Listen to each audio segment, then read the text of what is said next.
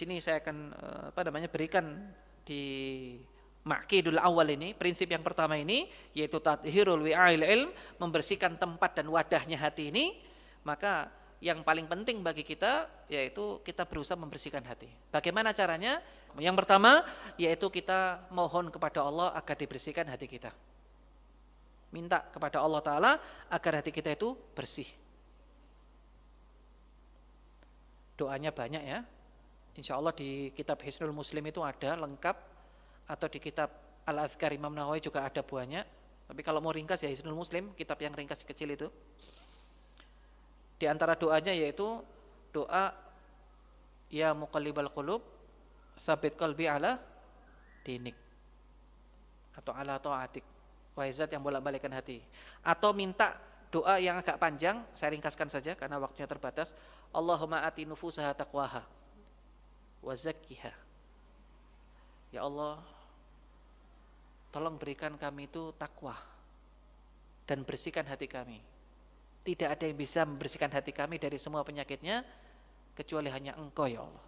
Minta kepada Allah Ta'ala. Belum hafal pakai bahasa Indonesia boleh Ustaz? Boleh. Memang kalau bisa pakai bahasa Arab kalau doa. Tapi kalau nggak hafal, setiap kali kita ingat penyakit hati kita, kita mau jengkel sama orang, hasut sama orang, baca doa ini, ya Allah bersihkan, bersihkan, bersihkan, bersihkan terus. Karena penyakitnya setan itu selalu datang, Pak. Mohon maaf ya, jangan dikira nanti kalau sudah selesai Ramadan, selesai, enggak, nanti penyakit itu terus. Nanti di prinsip yang kedua, itu nanti ada pembahasan tentang bagaimana cara membersihkan niat. Waduh, itu tambah repot lagi itu nanti. Tapi harus dipaksakan, harus belajar, harus terus. Bagaimana cara membersihkan niat. Bahkan ulama-ulama dulu pun kesulitan untuk membersihkan niat. Berat memang membersihkan niat itu. Ada yang ditanya, di antaranya Imam Ahmad, nanti di bab berikutnya ya, insya Allah. Imam Ahmad pernah ditanya, wahai Imam Ahmad, kamu ini mencari hadis ini ikhlas apa tidak? Bayangkan Imam Ahmad ini, yang kita tahu Pak, Imam Ahmad bagaimana gitu kan. Ketika ditanya, su'ila Imamu Ahmad, Imam Ahmad pernah ditanya, hal talabtal ilma lillah, kamu ini mencari ilmu ini ikhlas karena Allah apa tidak sih? Jawabannya apa kira-kira Pak? Kata Imam Ahmad, lillahi aziz. Ikhlas karena Allah itu wabot. Kalau kita ditanya apa Pak? Ngaji di An-Nur ini ikhlas apa enggak? Ikhlas. Iya Pak tidak Pak? Dakwah ini ikhlas apa? Ikhlas. Itu kita Pak. Imam Ahmad yang dikatakan oleh para ulama yaitu kontribusinya kepada Islam ini itu luar biasa. Termasuk karya yang sangat luar biasa adalah Musnad Imam Ahmad. Hadisnya kurang lebih sekitar 40.000 kalau tidak ada pengulangan itu. Dengan pengulangan. Yang jelas jumlah hadisnya cukup banyak. Belum lagi tentang bagaimana kontribusi beliau terhadap ilmu hadis dan seterusnya. Imam Ahmad rahimahullah, muridnya Imam Syafi'i rahimahullah. Itu sampai mengatakan apa? Lillahi aziz. Amal karena Allah itu, lillahi ta'ala itu berat. Tapi saya selalu mencari ilmu itu kenapa? Disebutkan oleh beliau, walakinnahu syai'un hubbiba ilayya fatalabtuh.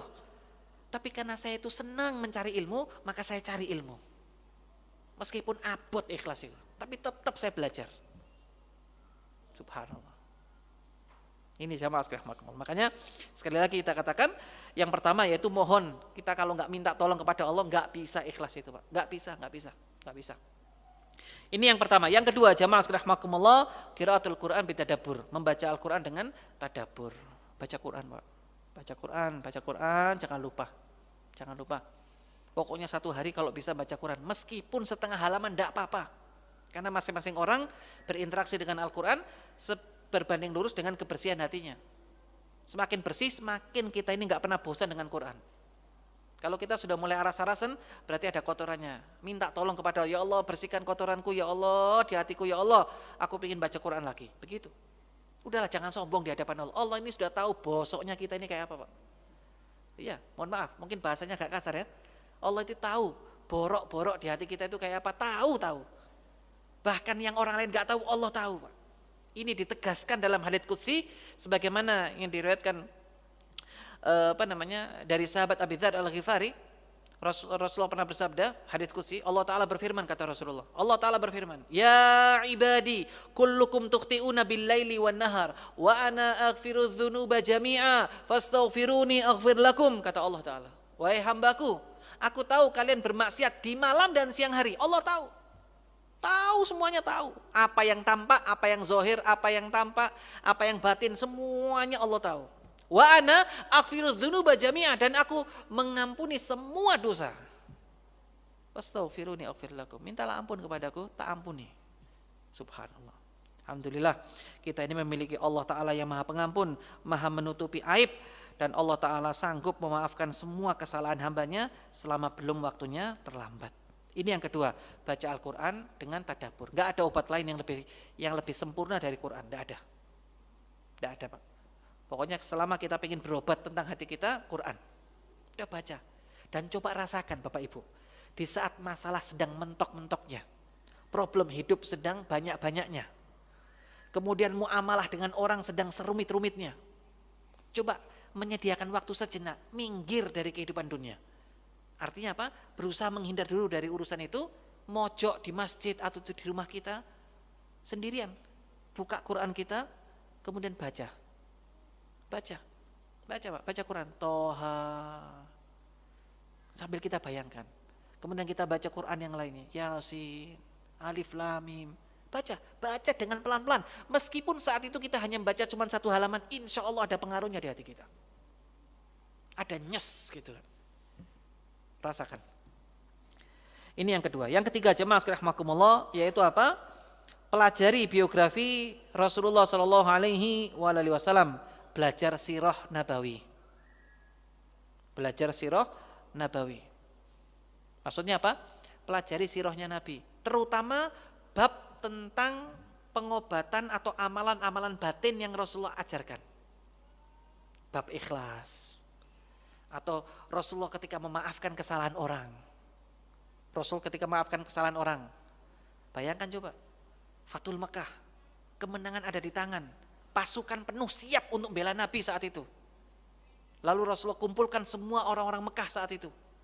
Lalu Rasulullah mengatakan kepada mereka, kira-kira apa yang akan aku lakukan kepada kalian? Mereka gak bisa ngomong kecuali muji-muji Nabi. Lalu kemudian Rasulullah mengatakan apa? Aku akan memperlakukan kalian sebagaimana Yusuf memperlakukan saudara-saudaranya. Idhabu wa antumut tulaqo. Bebas, tak maafkan. Meskipun kalian dulu pernah ngelempari kotoran, tak maafkan. Meskipun kalian dulu pernah fitnah saya, tak maafkan. Itu Rasul, Pak. Kalau bahasa mudahnya begitu. Meskipun kalian dulu pernah mengucilkan saya, gak ngereken saya, tak maafkan. Itu Rasul sallallahu alaihi wasallam. Rasul sallallahu alaihi wasallam. Disakiti lebih itu, dimaafkan, Pak. Padahal kalau mau balas bisa, Nabi. Balas itu bisa, Pak. Sallallahu alaihi wasallam. Allahumma shalli. Maka dari itu jamaah sekalian rahimakumullah, kita berharap agar kita ini pingin niru Nabi, kan begitu. Kalau ada orang dolim sama kita pingin segera maafkan. Gak apa-apa tak maafkan. Gak apa-apa tak maafkan. Ada orang ngambil hak kita, gak apa-apa tak maafkan. Kita pinginnya begitu jamaah sekalian rahimakumullah. Dan itu tidak bisa kita lakukan kalau kita nggak baca biografinya Rasul Shallallahu Alaihi Wasallam. Ini yang ketiga jamaah sekalian rahimakumullah. Kemudian yang keempat yaitu apa? Hindari tempat-tempat maksiat.